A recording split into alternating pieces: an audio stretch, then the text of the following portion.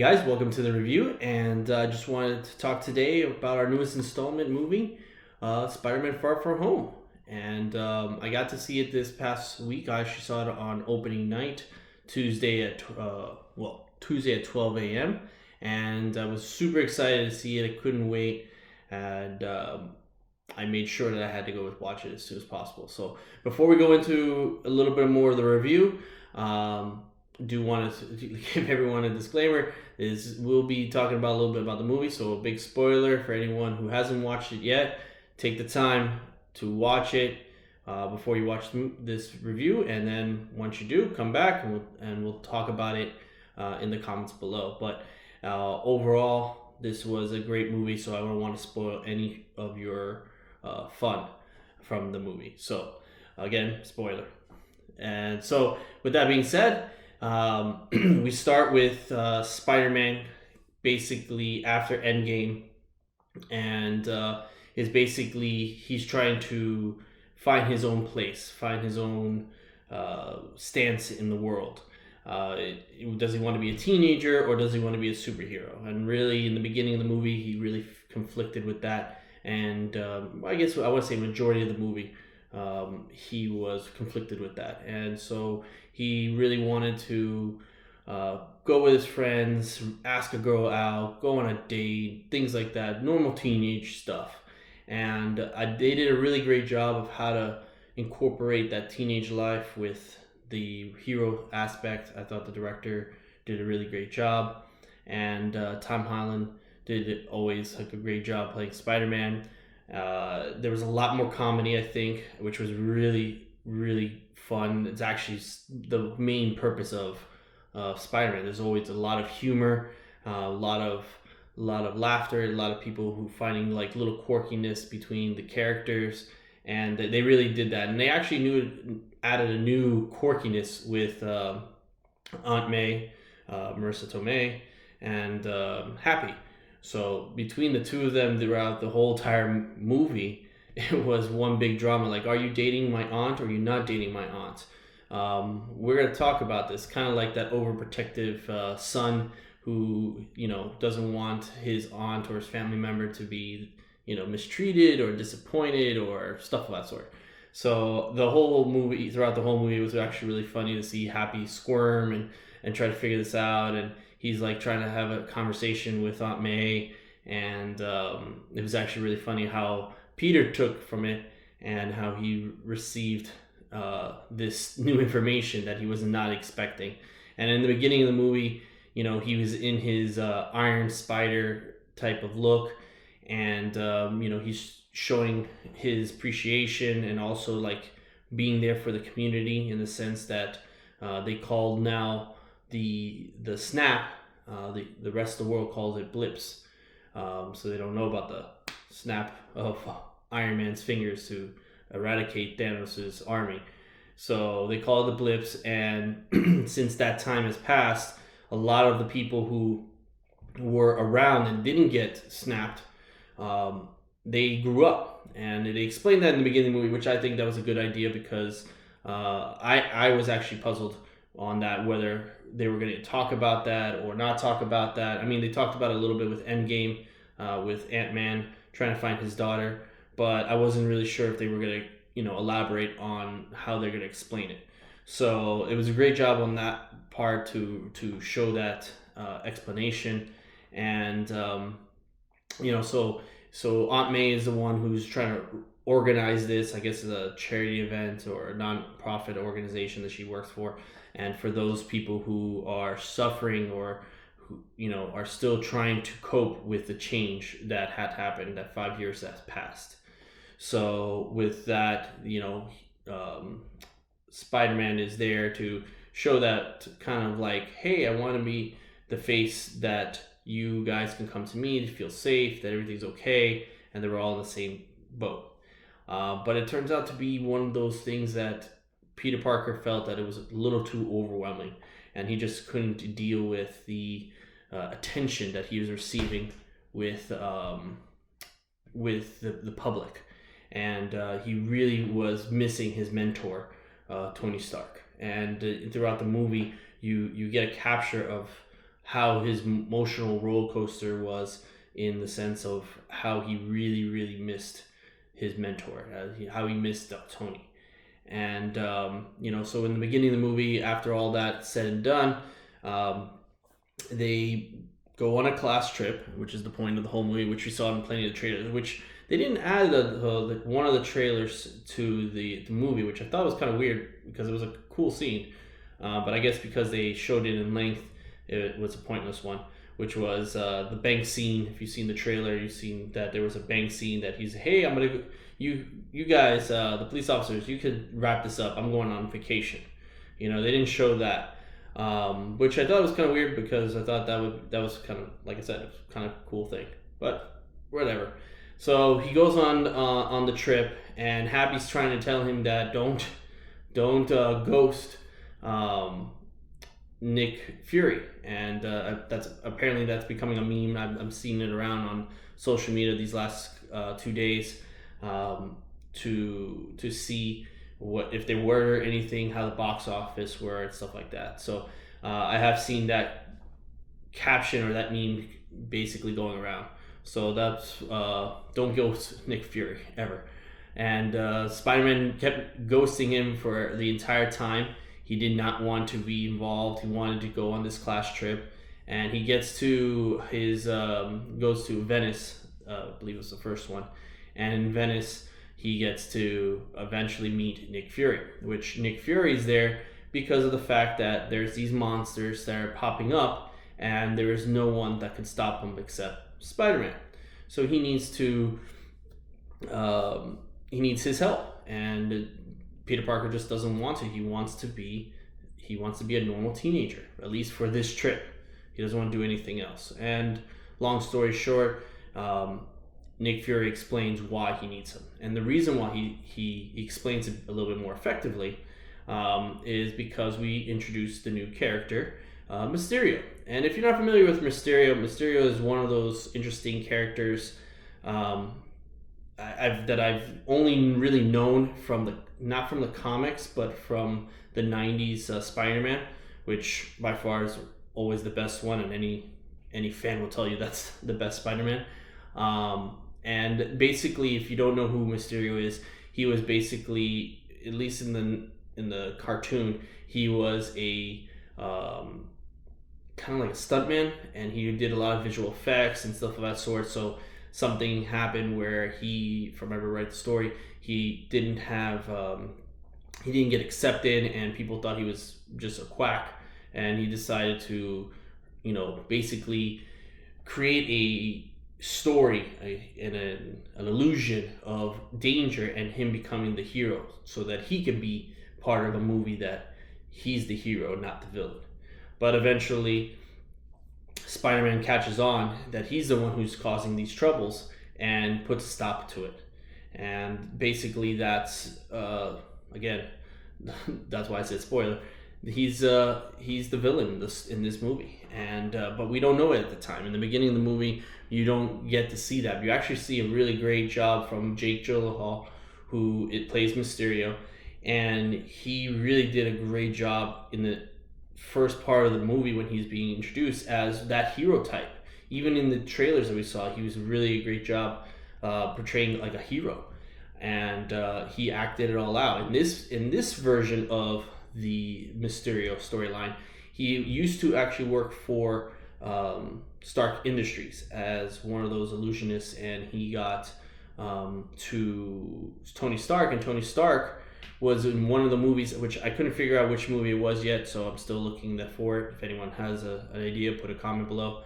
But he introduced a holographic figure, and which basically showed that he could be somewhere else while there's a hologram in another room, and that he made fun of, and he called it the barf, and that upsetted Mysterio, Jake Gyllenhaal's character, Beck, that was his name. I was trying to figure out the character's name.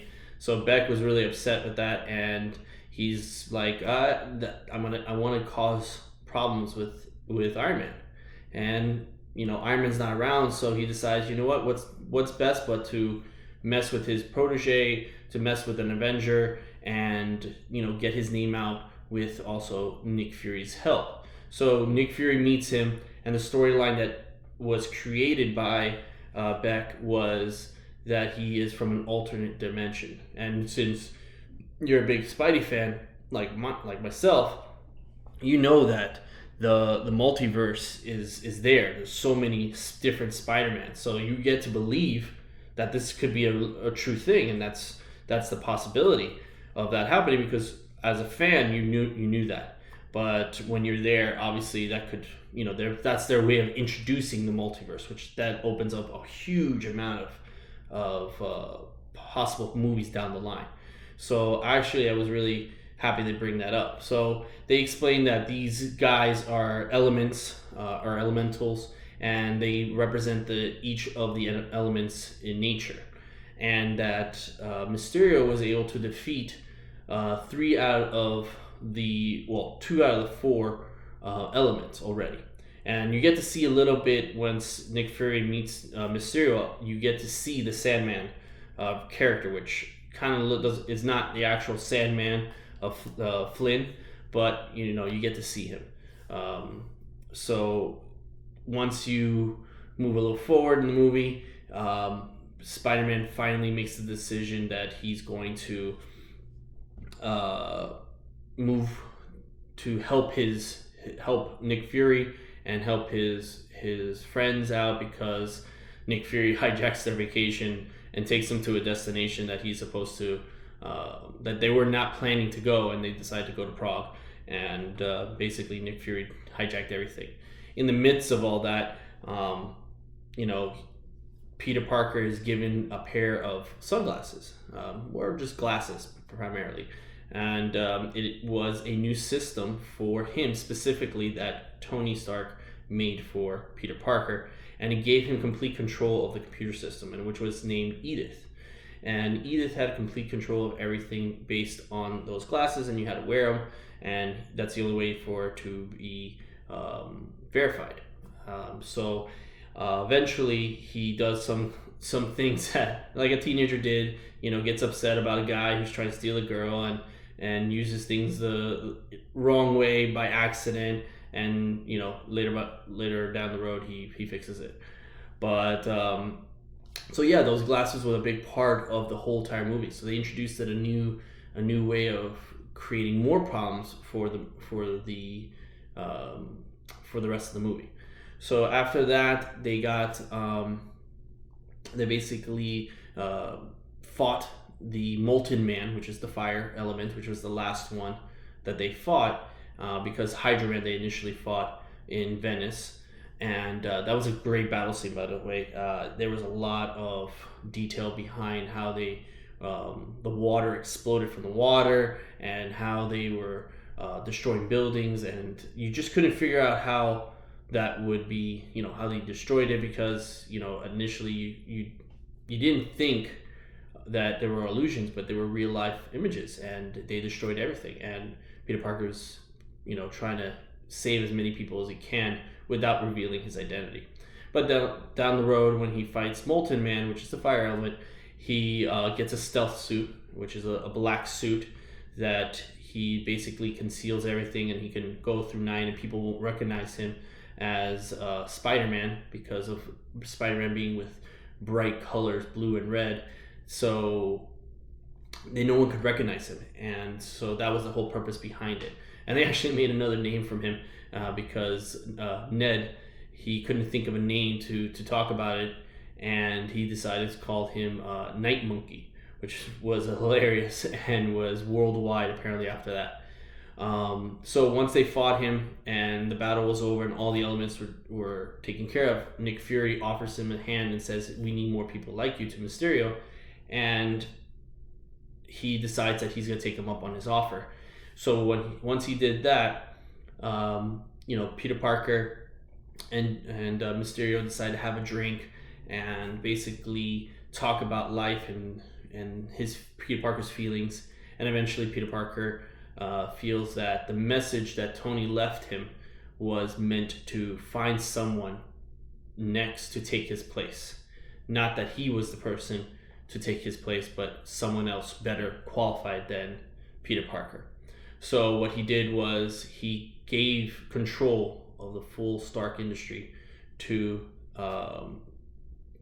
Beck and Mysterio, and later, but after that scene, you find out that he has a whole team of people, and the whole team of people not only get control of this high-tech weapon, but now they get to know who Spider-Man is. They find out that he's Peter Parker, and which I found was weird. It's like, holy cow, I can't believe his identity is revealed, and hopefully they get to stop him and whatnot. So once I got to that scene, I thought that was kind of cool, and it explained how they created these illusions with these drones, and these drones having weaponry installed to create damage, and they had holographic images on the drones, and they explained how the drones were created from other people on Beck's team. So, and it introduced these characters that were part of other movies. So one of the guys who created the drones, he was actually part of Part 1 Iron Man. And then there was another guy, which I can't remember, I think he was doing the storyline. He was a part of another movie as well. So they brought a way of introducing these characters that were already out in the MCU back again. So I thought that was kind of cool on how they did that. And the explanation of how they did it was of how they created these illusions was awesome. And even showed one part of the scene where Beck is even rehearsing the scene, where he's not even wearing the Mysterio suit when he's flying around and all this stuff. It's actually an image, a holographic image that's being represented on there, which I thought was hilarious but also cool at the same time, because obviously you have this guy who wears a dome in his head, a real life dome. It's clear and everything, but he has complete control of everything around him, with the illusions and everything like that. And he's just standing away, like, I don't know, 400 feet from the actual event. So he could see it from a bird's eye view, but he's not involved. So he can't be dealing with any damages or any of that sort. So that was an interesting part of how they introduced how Beck would be able to do these creative stunts, and explains a lot of, because even in the 90s, Mysterio, and I believe in the comics too, he never flew. Mysterio never flew around, never, was flying into this place and that place, had shooting beams. Never did he have any of that. And it explained a whole lot of how he did all those things, and that was the interesting part. So once that happens, down the line, we find out that characters like Peter Parker, MJ, which MJ finds out that he's Spider-Man because MJ finds a drone that was damaged in the last battle that he had with the Fire Emblem, and finds out that's how Spider-Man found out that those were illusions that they were fighting, and with MJ's help was able to figure out who was causing the problem. So with that, Peter Parker revealed who he was, because he was pressed for time and he had no time to explain the whole details. So once they did that, Peter Parker goes and he wants to try to go after Beck and get the glasses from him, which obviously he couldn't do. And he fought him, and the illusions were so real that he couldn't believe what he was seeing coming at him, getting hit. He almost died in the point after that huge scene by a train, and was basically taken away to another country because he, just passed out. And, he was in the Netherlands at one point, and, he had to call for help, and he called Happy.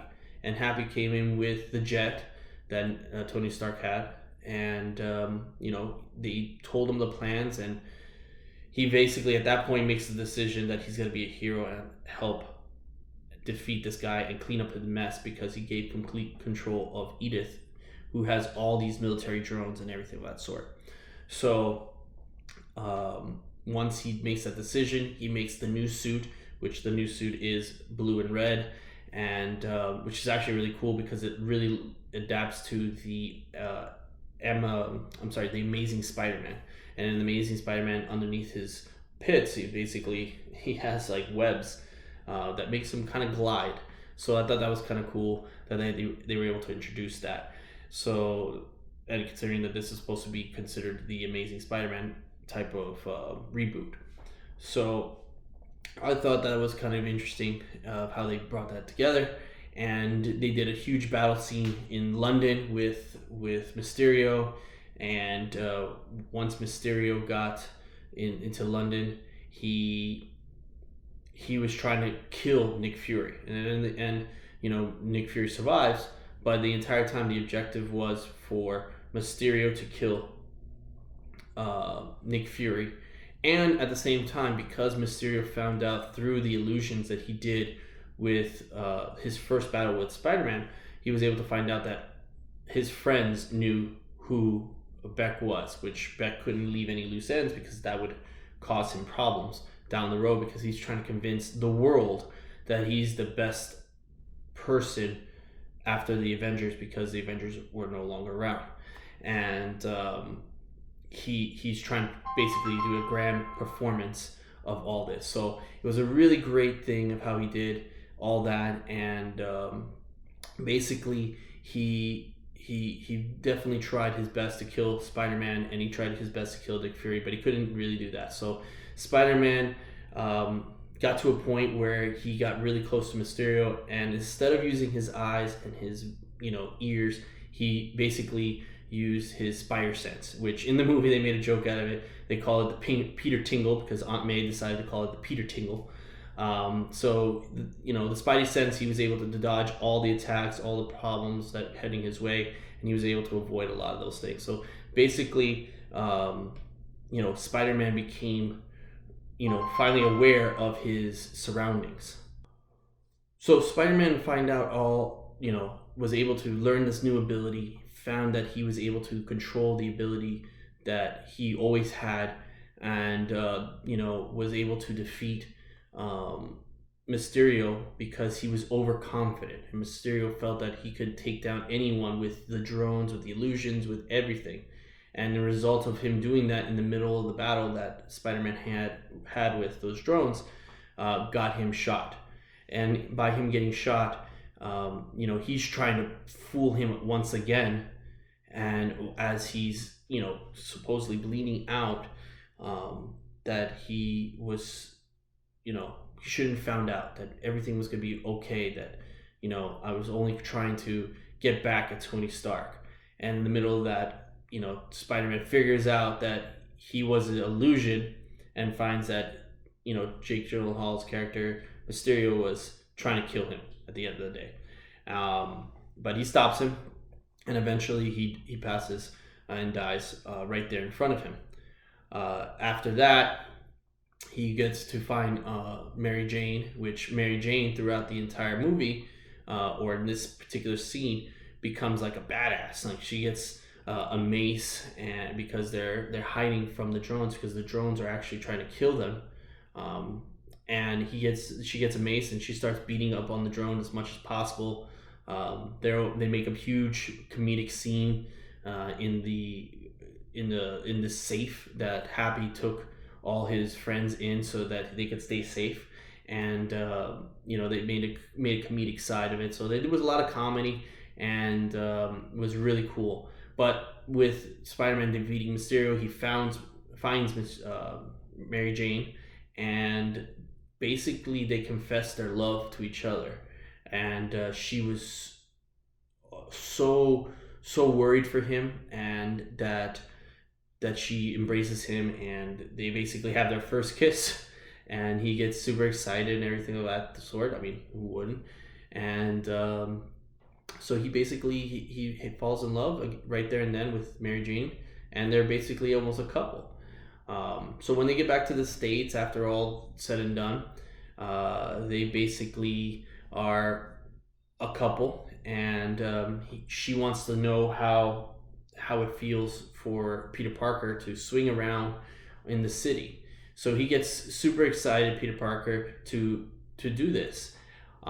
Beforehand, he finds out that Aunt May and Happy, they're still trying to figure out what kind of relationship they are, which basically seems that she was thinking that he was like a one-off, and he thought a relationship. So that was kind of a comedic um, scene right there, and it was a great way to close the movie. But that wasn't the end of it.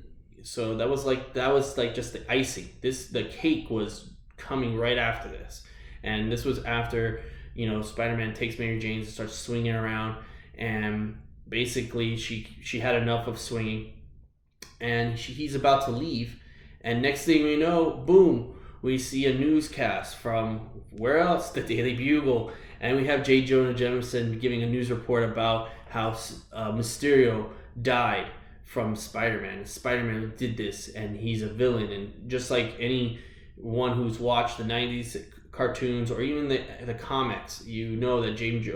Jonah Jameson did not like Spider-Man at any point. So basically, he's basically slandering his name, and for some reason, somehow, there's a video of Mysterio before he passes confessing who the real Spider-Man is. And whoever put this video together, which we don't know yet, probably to the next movie, we won't know who actually, shared his secret, his identity to the world. And that ended the scene or the movie right there and then. Everyone was like, how the hell did this happen? And it brought a little bit of the comics. And if you read the comics in the Civil War, you know that Peter Parker comes out of the dark and shares his identity to the world.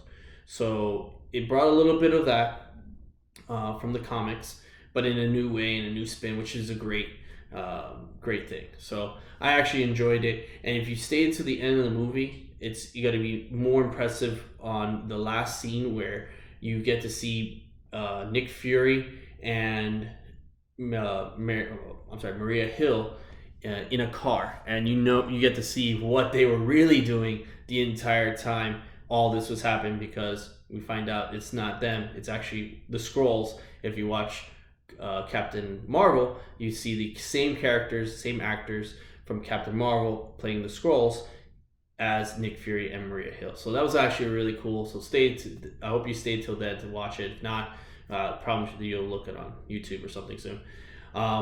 Overall, I thought the movie was really awesome, exciting. I know Rotten Tomatoes, the critics, the people we rely on, they rated it a 92%, and we, the audience, the fans, we rated it a 98. So I give this a 9 out of 10 stars. It was, to me, awesome, and I would enjoy watching it again, and I can't see anything wrong with this movie at any point. It was overall a great thing, and the box office even showed it. In the first day of the box office, or like that Tuesday that I actually went to see, almost 40 to 48 million people spent money to go see the movie. So that tells you right there and then. And then I think that the next day they did about 65 million. So it was progressing to be further along throughout the week. So hopefully you enjoyed the movie. Hopefully you liked the movie as well, like I did. I can't wait for the next phase of the MCU, which I don't think they've released any information on the MCU just yet. So we'll find out together what will be the next movie to explain this whole entire closing of Spider-Man. So hit the like button below, put a comment. Let's have a conversation about what you thought about the movie. And I hope this review helps. Have a nice day, guys. Thanks for the review. Bye.